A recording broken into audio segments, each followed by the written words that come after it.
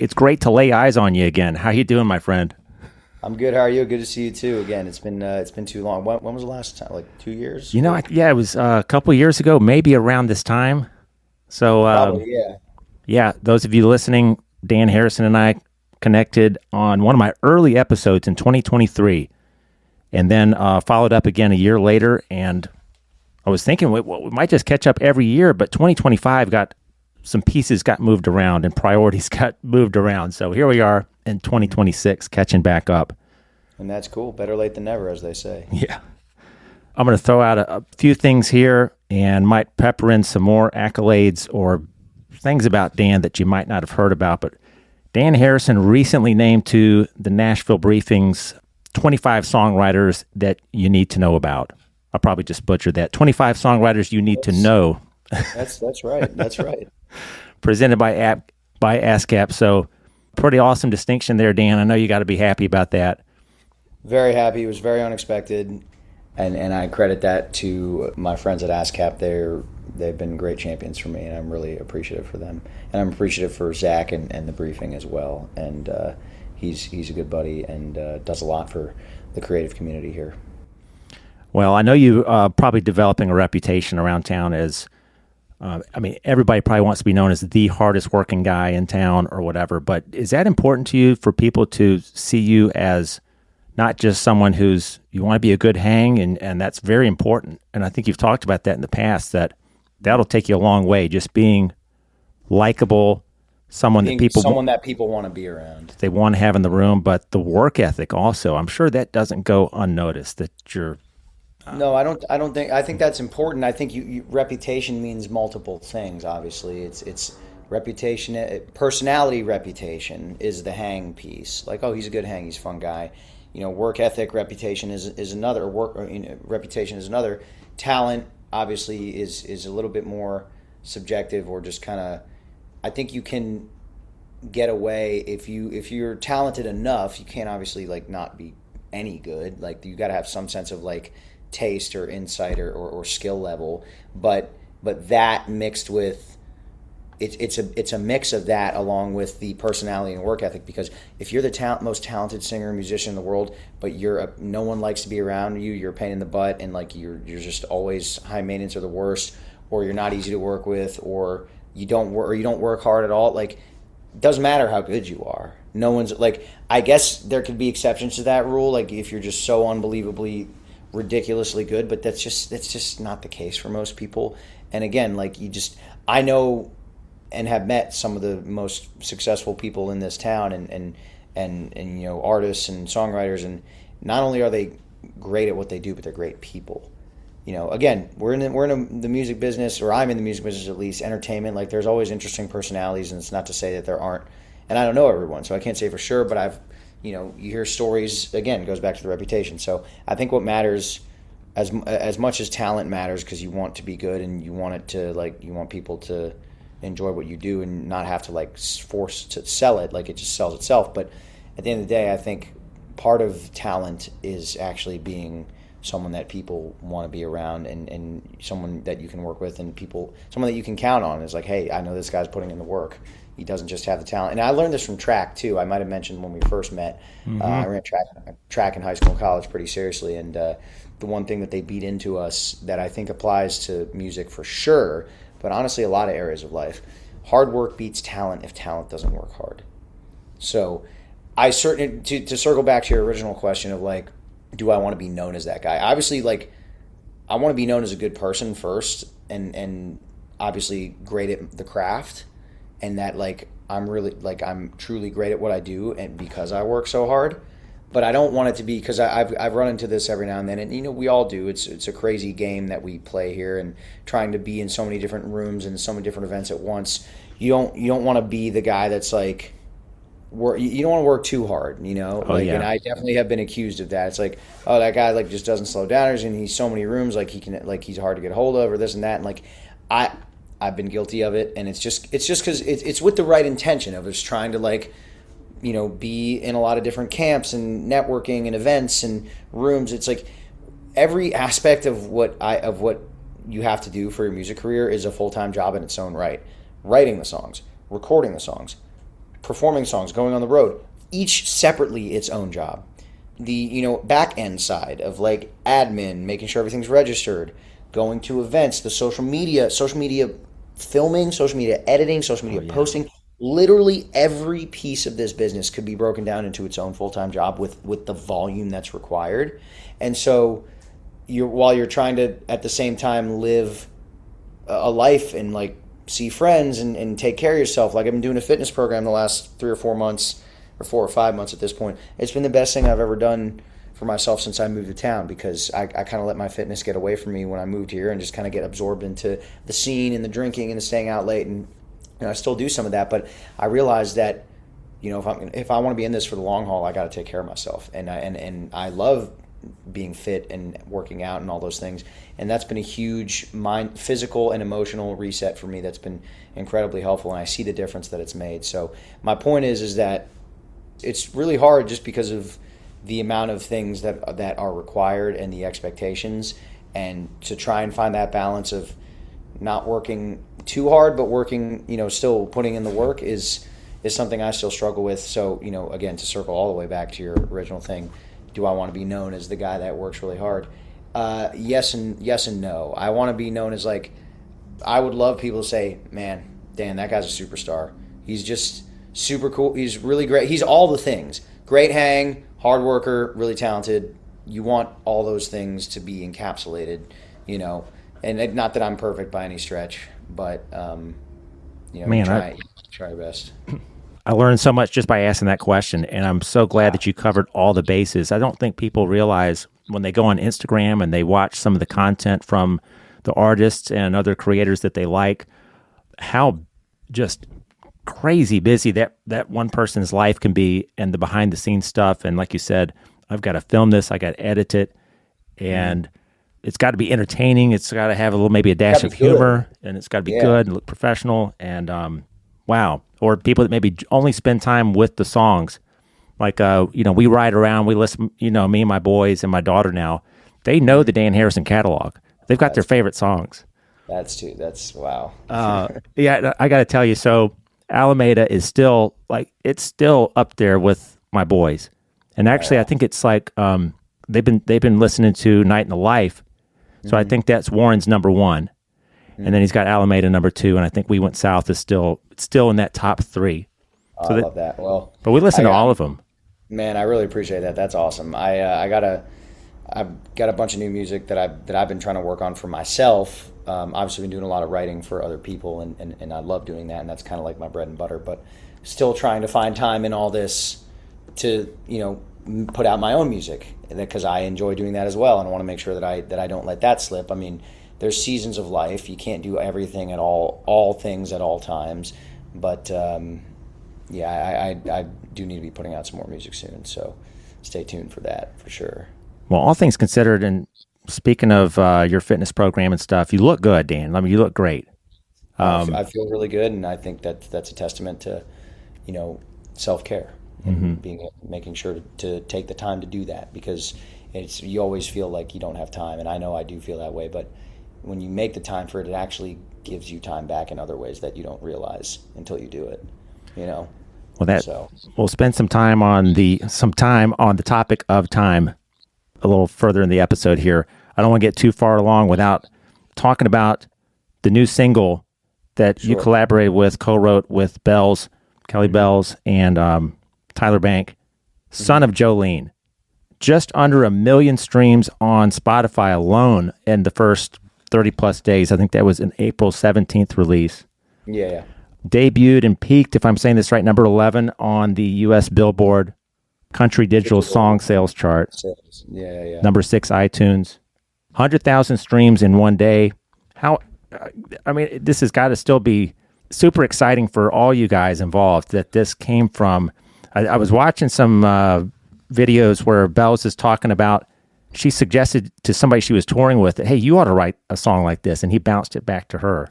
Yeah, so I'll tell the whole story. So first of all, it's been an amazing journey. It's been a long journey for the song to finally be out in the world, and we're so glad about that. And there's still so much to come with it. I mean, it has already. I've been told by Kelly and her team that it's going. I should probably say Bells rather. But the song's going really well. Radio tour's going really well. The stations are ecstatic about the song and about the other songs we have on her project that are going to be following up that I'm really excited about. And it goes officially for ads June 1st. I don't know when this podcast episode is going to go out, but it'll either have already gone for ads or be about to go for ads. It goes for ads at Country Radio on June 1st, and we're really excited for that. It's already been at Music Row Radio and CDX Radio, which is also an awesome thing. And it's been doing really well there. And so there's just a lot of still upswing. Like all that stuff that you listed out and banged out in terms of like chart stuff was like the first couple weeks off of like purely organic, like just the song being like no playlisting, no nothing, like even no real promotion. No real promotion. It was just the strength of the song, the strength of her social media presence and her fan, like all that. And so I'm just really excited for that. But the story is crazy. I was telling it to a buddy earlier today. It was really funny. We wrote it actually here in my living room where I'm standing, and it was December. I'll never forget it. I keep a spreadsheet as all songwriters and artists should of their songs, like when they wrote it, the title, who they wrote it with, and any other pertinent information they want to do. But so I like have the dates and the specifics of the song, but I rarely like remember them in the front of my mind, like hold it there, like living rent free in my head kind of thing. But there was something about this day, even before all this stuff happened, I just like very much knew it, and it felt good. It felt right, and that was kind of a sense that, okay, maybe we did something special. But it was December 9th, 2024 in this very room, and I don't typically like to write in Decembers because going back to the balance thing, I try and take some time off for myself, or like do other things in music, like recording, catching up on my stuff, or spend time with family. Like I'm still working. It's just take a break from writing to refill the well too. And so I wasn't planning. We weren't really supposed to be writing. And Bells had just come off from a tour, and it was all of our last session of the year. Like me, Tyler, and Bells. It was all of our like last write of the year before the holidays. But because we're all really good friends, we're just like, hey, let's just like get together and hang out, whatever. And she came in and was telling us about this tour that she'd just been on. Another artist buddy of ours, Trevor, was opening for her. He's a great artist himself, Trevor Martin, and he was opening for Kelly. And then the last show of the tour, Trevor's parents came out, and Kelly met them, and his mom is named Jolene. Like actually that's her actual name, and she was born before the song came out. So Kelly met her the night before, and then they're in the van the next day, and I just thought it was really funny because apparently Kelly told Trevor, like, hey, yeah, did you ever thought about writing a song called Son of Jolene, but like, because you're the son of Jolene, and you can talk about how maybe you've had a messed up love life because your mom was Jolene. I mean, obviously not that Jolene, but just for the purposes of the song. And Trevor was like, that doesn't, according to what Bell said, like, that's cool, but it doesn't really feel like me, which is totally valid. And to say that, it's like, yourself as an artist, like the songwriter in me just like, and Kelly too, obviously just, ooh, that's a cool idea. Let's write it. Even if it's not for me, like it might be for someone, but if he's really thinking about like for himself, if that doesn't fit his artist brand, it's like totally understandable. He's like, nah, I don't think that's for me, but you can maybe write it. And she was like, okay, I think I will. And to Trevor's credit too, again, if he actually did want to write it, it would have been a totally different song from the perspective of the son of Jolene singing it versus a girl that met the son of Jolene. Like I don't know that Dolly would have been involved in it. You can't say for sure, but it's just a different thing. But Kelly told us the idea and told us about it, and I pretty much was like, well, we need to write that right now. And so we wrote it, and again, another sign that the song's either special or maybe crap, but we wrote the song in like an hour, maybe 70 minutes. I mean, songs can take anywhere from like 2 hours to 4 to 5 hours, like depending on if you're doing a track or like you just might get really stuck on a verse, being right, but the song truly just fell out. And I have the voice memo like on my phone from the day we wrote it, and that to the record that you finally hear, there's not much different. I mean, like of course they record it for real. I just mean lyrically, melodically, arrangement, structure wise, it's pretty much exactly what we did that day, of course, save for, of course, the vocal stuff that Dolly did, which was amazing and elevated it to this incredible level. That we had joked about, and we were always like, oh, wouldn't it be amazing if Dolly did this or that, or like if she ever sang on it. And she actually ended up doing some of that stuff without our direct. She just like had the, it was meant to be. I don't know. We just had the same sense of things. And she even did some other things that we didn't expect. That were just like, wow, it just took it to another level. And, but we wrote it, and that's also a testament to the song itself, because a lot of times, when you write a song, the day you write a song, the journey of a song goes on from the day it's first written, whether or not it was finished that day, until it's finally out in the world. It can still go through other changes, like in the studio, because, a session guy might be like, hey, what if we actually went here instead to like a chord or whatever, or the artist might decide to like do a melody thing kind of different. But this song, really, they even kept like my little signature riff. They like tweaked maybe one or two notes, but it functionally is the same.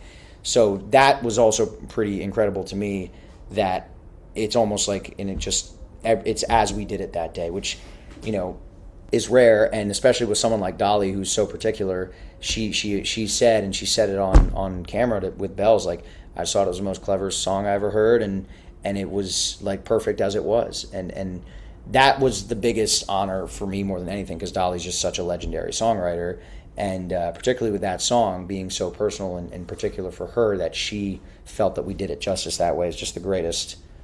It's the greatest song. Yeah, it just doesn't get better than that. So, because I know she's working on other songs all the time with other artists and working on duets projects with big artists, and she has a lot of notes apparently for these other songs. And is like, no, this isn't right, we need to fix that. But with ours, that wasn't the case. And so that's, yeah. So that's the story about how the song was created.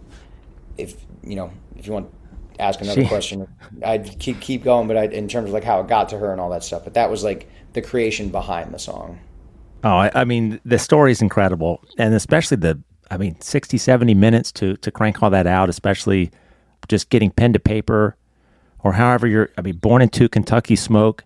His mama was his one hero. I mean, those first 4 lines there, I can just see Dolly's eyes just like, I'm assuming she's reading that first, or maybe she's hearing. I don't know. I don't know. Yeah, I don't know if they printed out the lyrics and gave it to her. I just know that she obviously heard it and wanted to sing on it and loved it.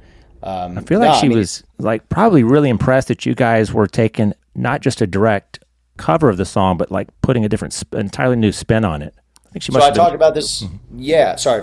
Yeah, mm-hmm. I talked about this earlier today with someone else too. Like, I was trying to figure out how to categorize this song, because it's obviously not a cover, and it's also not a sample, like, Tupac sampling Bruce Hornsby, like sampled the specific audio, or like Kanye's done that. A lot of rappers do that. Will take like an actual old master recording of a song, chop it, flip it, speed it up, whatever they want to do with it.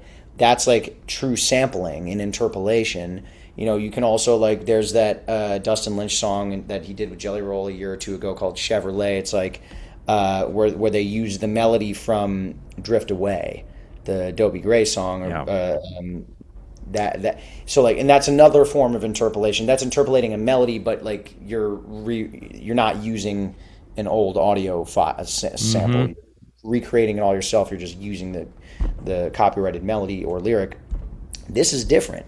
We use, of course, at the end of the song, the original chorus comes back with different lyrics, like Jolene, Jolene, Jolene, Jolene. Mm-hmm. But the song up until that point, while it's very clearly, the best word that I can think of it is like a sequel. Like, it's very clearly, it's musically distinct, but it's like evolutionary. Like, it fits in the vibe.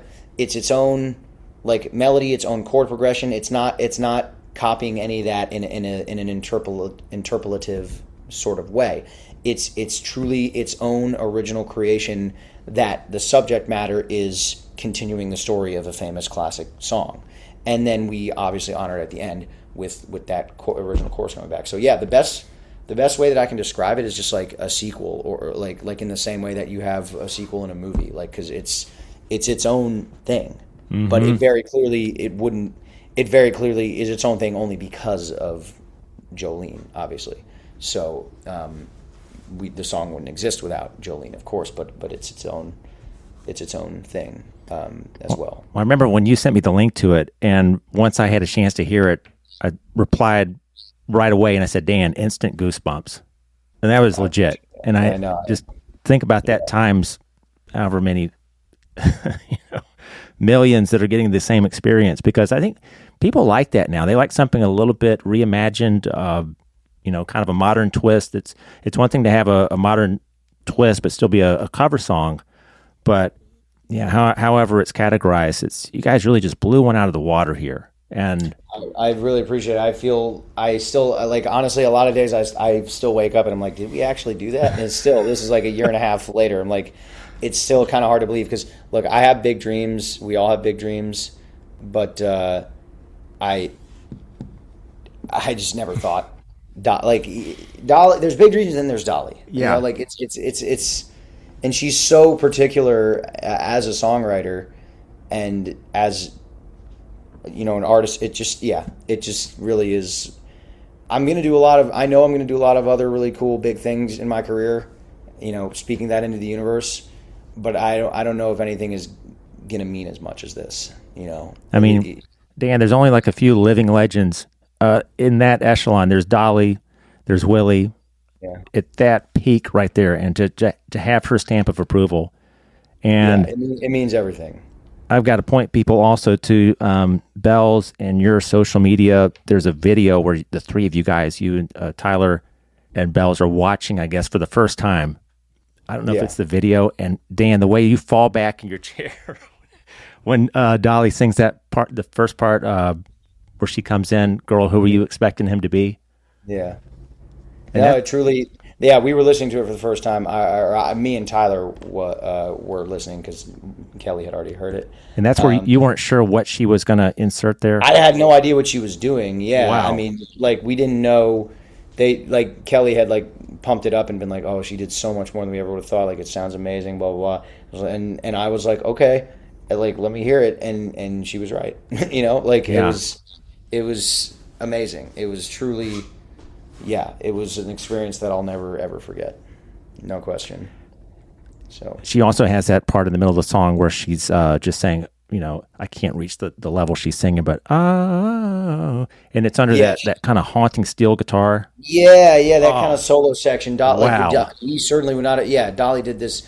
I mean, she's 80 years old, but like vocally, she's like just as strong as she's ever been. I mean, she can just do so much. It's crazy. And she brought obviously such an emotion and intensity to the song because it means so much to her. And something we later found out is she heard it and I think recorded it right around the time Carl Dean died, her husband. So it had extra meaning because that song, if you've heard her talk about the song in interviews, it's sort of about, some women that Carl was working with that she kind of felt threatened by. It's kind of like a composite character that she named Jolene. And so I think it had this extra sort of weight and meaning for her because of the timing. And what's funny, too, is because she's also talked about how, like, where she got the name Jolene from. She's like, I met a little girl at a concert, and she said her name was Jolene. And she's like, oh, I bet your daddy's name was Joe and your mom's name was Colleen. And that's actually how Trevor's mom is named Jolene, because of the parents putting their names together, not because of the Dolly song, because she was born before the song came out. But this little girl said, no, it's just Jolene. So in my head, I was wondering, wouldn't it be crazy if that was actually Trevor's mom and it's full circle, like it really is. But Dolly said, like, I just love that name and I wanted to use it in a song, and then I had something to write about, and unfortunately, it wasn't like she didn't make Jolene a likable character to that little, if that little girl ever found out. But it's really just, I still pinch myself every day. I just can't believe it's a thing. Well, I can't wait for the people who have not yet experienced it. Like you said, I guess here the next, what'd you say the timeline was before it goes? So it goes to, depending on when this episode comes out, it goes to country radio officially on June 1st of this year. Kelly Bells is also making her Opry debut on July 30th here in Nashville. And we're all playing the Bluebird Cafe here in Nashville 2 days before on the 28th. And that's going to be really special too. So... and she's just on tour Bells is on tour all summer, kind of on top of that as well. Festivals, club dates, you name it. So she's everywhere. If I put it this way, you think I'm the busiest guy in town? If you saw Bells, I'd be a slacker. Like that's and maybe that's the thing why I guess I keep at the level I'm at, because like it's about who you surround yourself with, and I'm surrounded by a lot of like really talented, really hardworking people. So it's kind of just feels like I'm doing what everyone else is doing. I don't feel like I'm going over the top. But yeah, she's obviously been crazy busy she's one of the hardest working. I've said this for a long time about Bells. She's got all the pieces that you hope for in an artist. She's got the voice, she's got the look, she's got the talent, she's got the stage presence and the performance chops and experience. She's been on the road for a long time since she was a little kid. She's opened arena tours for like JoJo Siwa and stuff like that. She really has like experience. Yeah. And she's got great songs. She's a great songwriter. Like truly, not all artists are great songwriters, and not that they don't always need to be, but she is truly a great songwriter. She's one of my favorite people to write with, obviously, and she also has a social media presence. She truly has everything that you would hope for in an artist to have, and she's just also underneath that all a great person. So that part, being a great person, just what I've seen through the prism of her social media. Mm-hmm. She seems like someone that's probably nice when she goes to get a coffee somewhere. She's nice to that person on the other side of the counter, or if she's out to dinner or something, she's nice to the server. Like she seems like she is pretty ground level. She's a genuine, like she's from Nebraska. She's like Midwestern, very nice, just like that kind of person. And the person that she is on social media is who she is in real life. For the most part, obviously there's always like a little bit of exaggeration, but she is that nice, bubbly, fun personality. Like that is her to her core. She's not being someone she's not. And I think that shines through, because I don't think she would connect with people that way if she wasn't being authentic. So the way that she has. Well, Dan, want to cover a little bit on Night in the Life, because personally, having listened to all the singles in your catalog, and we talked, I think the last time a couple years ago, you're always looking to beat what you did before. It's got to be a step up. It's got to be a step up, and nothing against anything behind it, but this has got to be top notch. I think it's the best song. I think it's the best song from your artist project to date. Oh, I appreciate that, man. I know that's probably what you're aiming for, but truly, I think it's just Dan Harrison at another level. I really appreciate that. I love that song, and that song kind of came about in a different way because I wrote it for another project, like a film and TV thing that I was doing, and so lyrically it was like a little bit of a different approach, because country music is so heavy on like imagery and wordplay and like all these things that for film and TV you don't necessarily need, you don't want, because you're serving the picture and the audio and all, like the music is not the focus. So we were trying to write some stuff, and there's a whole other the song I put out right before that, Hourglass, the other duet I did with Sophie, is also from that project. So I was trying to strike that balance of like it still had to be something that felt reflective of me as an artist and something that I would put out, but also something that could live in a film and TV world or advertisements, or could be used in some sort of sense, like maybe a alcohol commercial, or like a part like a some sort of like event, something like that. And but it wasn't really necessarily something I was planning to put out when we wrote it, but we certainly were writing it with like it could be something I put out.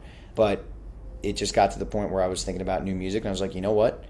I really think this song's awesome, and it's a little bit different from stuff that I've done in the past, but like in a good way. And you always, like you said, want to be growing and evolving, and I love playing it. It's super fun with a band. It's probably my favorite song to play on my catalog with a band, for sure. And definitely could see doing more songs in that kind of vein going forward as I do more of my own stuff, because it's fun. I just love, the songwriter in me loves the lyrics and the wordplay and like kind of like the deep, emotional, meaningful, philosophical things.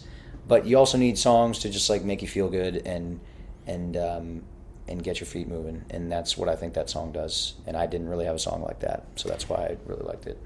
I like what you said there about not trying to do too much, but still. Here's what I've noticed with your songs, especially with the guitars. The guitars are always just like flourishing when they need to, and then they hang back when they need to. But you create this music that you're going for a feeling with the listener, and I think Night in the Life, go all the way back to Nowhere Bar, and then a few other ones like Talking Dirty is one of my favorites.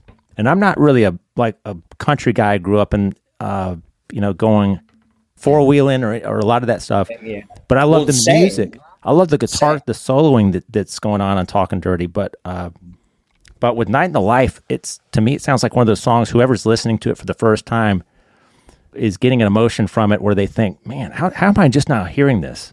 Or why don't all my friends know about this and like this? Like it just sounds like it belongs, and it's you want to play it again.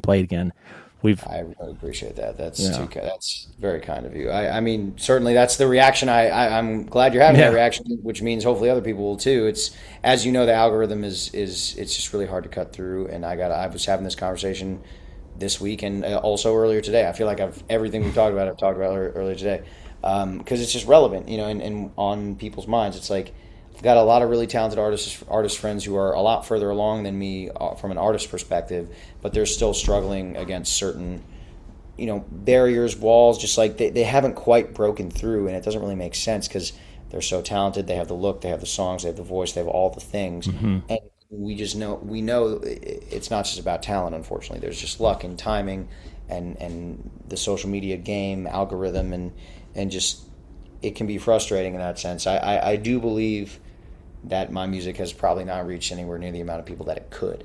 Yeah. And so I would hope that it could at some point. But I really appreciate all that. I mean, that song's just super fun, and I co-wrote it with the producer Aiden Thompson, who's badass. He engineered and I think co-produced some of the stuff. Definitely at least engineered. I don't know if he co-produced, but he has a Grammy for the most recent Jelly Roll record. So he's the real deal. And we got some great session guys on that.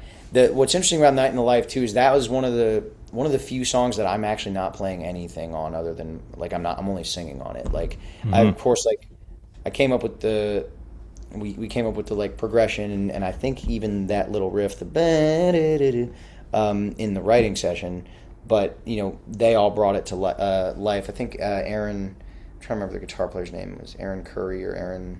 I wrote down Aaron Curry. Yeah, I have the credits listed somewhere on my social media, but he's badass. So I mean, I love bringing it to other guitar players too, because then they come up with these cool things that I might have not necessarily thought of on that day, and then I get to go play it and learn it, and their style and their approach to things is incorporated into my sense of things now. So, and there's plenty of songs where I'll go back and overdub a solo if I really feel strongly about something, this part needs to be a certain way, or I want to do this part, but they really just they did that day, and I'm just that solo is awesome.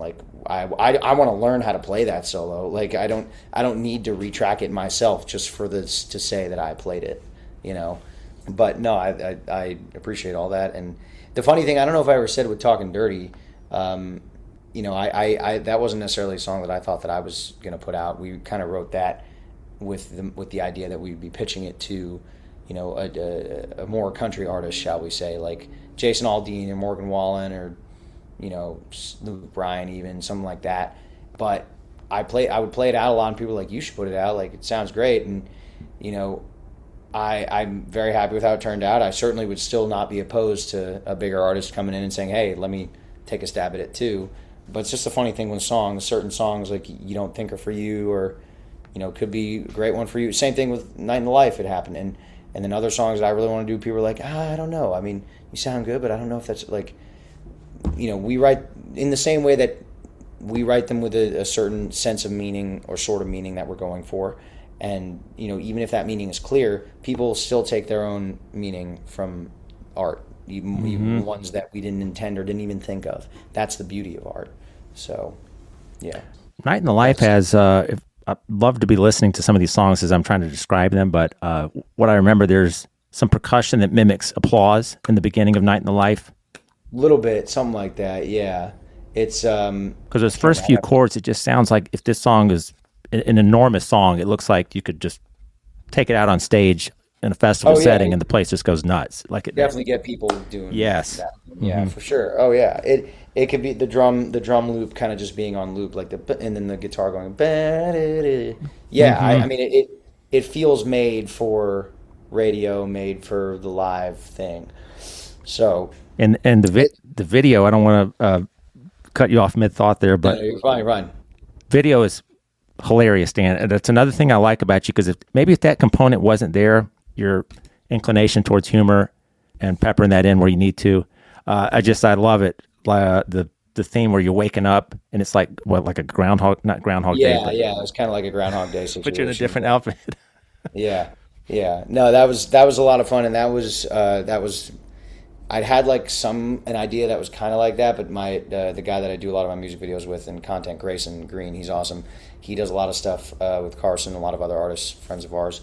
That we kind of like workshopped that script together, and it was just really fun. What I love, a great music video and just great content in general, to me, elevates and adds another layer that you wouldn't have gotten from just listening to it. And I think that music video did that in a really cool way. And I just loved it. It's easily the most intensive and like different scenes, different outfits, like kind of music video I've ever done. But I'm also like, it's also my favorite. I'm really glad how it turned out. My only downside or regret is like, it was like a couple months before I started my fitness program, and I feel a lot better and I look a lot better now. So I'm like, damn, I wish I could like be this person now and go back and shoot it and like look a lot more fit. But that's whatever. There'll be another music video. I don't look bad. I just, seeing the difference. Oh, I know, when you kind of have the new you and you're like, all right, this is what I want to put out there. Yeah, and, right. So I am going to be doing some new photos soon though, because like it's time for a new headshot anyway. I think I've had the same headshot for like 2 years, so that kind of stuff. And then whenever I get ready for my new content, new songs, whatever, yeah. But no, I love that. That's easily my favorite video I've ever done, and it's, I think, definitely the best one that I've done. So I'm glad you like it. And, I also like, Dan, and I'm trying to put eyeballs on this video because you got to see the background on Dan's phone when he wakes up when the alarm goes off. Is that the Eddie Van Halen guitar? It is actually. It is. I was like, I saw that from a distance. I had to kind of like pause it and look at it again. I do. Yeah, no, I got it right here. That's awesome. Yeah, I found the blue version. It's usually red and white. It's usually red or white or black, but the red and the yellow was a little too aggressive, and black also, I don't know, just didn't feel right. So I just found like, hey, I know Eddie never used blue, but like someone just on the internet made a blue variation of it. I was like, that's cool. So yeah, no, I'm a big Eddie guy. He's one of my like heroes, certainly from a guitar playing perspective, and I love Van Halen. I love a lot of the classic rock stuff. I mean, that's just a lot of the country music of this era. The people that grew up listening and that are the creators now, like my generation, it's like we grew up listening to classic rock, 80s rock, just as much as anything else. So that's going to feed into there's an energy, stadium kind of like energy. And Garth Brooks was the one that really kind of started that trend, and Shania too. So yeah, no, I love Eddie, and very sad when he passed. And I saw his son Wolfgang, his band Mammoth WVH. I think it's just called Mammoth now. They came to Nashville a couple years ago with Alter Bridge, and that was badass. Both of them are two great bands. Alter Bridge has been one of my favorite bands for a long time, and Mammoth sounded great, and it sounded like its own thing. Like that, I know that he probably, and he's talked about this in interviews, like Wolfgang, like wanting to be his own man, apart from not just always be compared. And he's like, he's got the talent and the skills and the chops and all those things, but like developing his own sound, that's hard to do, but he's done it. So yeah, no, big Eddie fan though. Yeah, and I like how your rock leanings kind of seem to inform your songwriting. And maybe when you're in the studio, do you kind of have some fun with, all right, let me try this solo, or how often is it you playing a solo and sometimes it's another musician? Well, it depends. Like if we're in like a studio setup and we got like a band set up, there's usually guitar players sitting down and tracking. It depending on the song, if what I've written out beforehand, or if I like did a demo beforehand in my studio here and like maybe tracked a solo that I really like the We Went South solo is a really good example, because I demoed all those songs for that project. I demoed myself in my little studio here, and so tracked all the parts, and I had a lot of like signature riffs and solos that I really liked. So we kept a lot of those. I mean, I retracked them with the new recordings that we'd started with the band, but I just need I just needed them to do the kind of meat and potatoes, the rhythm, and like cool little other parts. But like I knew for certain songs, like We Went South, that solo is the exact solo that I played on the demo. I mean, I replayed it, but it's the same notes, the same written out solo. So it kind of depends. But then Night in the Life, for example, we just had a work tape and we went in there and Aaron just ripped that solo and I was like, that's freaking awesome. Like if he didn't have a great solo or if he just like didn't do one, I would have gone in and done something later. But that was great, so there was no need to. So it kind of just depends on the song. I obviously I love being able to like be someone that is creating stuff on the fly with that thing. But when you're in a studio session, particularly with a bunch of guys and it's money and you kind of just like let them do their thing and direct and point as you can. But like I'm not the guy in the chair and I don't want to be. That's why I'm in those rooms because that's why I set up those sessions because you want to hear what they can do and what they can bring. And then I take those files and then work with them on my own at my own pace. And I'm able to say, okay, here's what I like. I really like what they did there. I don't love that, or like I'm going to double that thing that they did, or like I'm going to do So it kind of just depends on the song and the situation. But there's a lot of ways to cut the cake, or whatever the expression is. So that's the beauty of being able to do it myself. But that doesn't mean I have to do it myself every time. It's having the ear of knowing like what's right for the song, I think.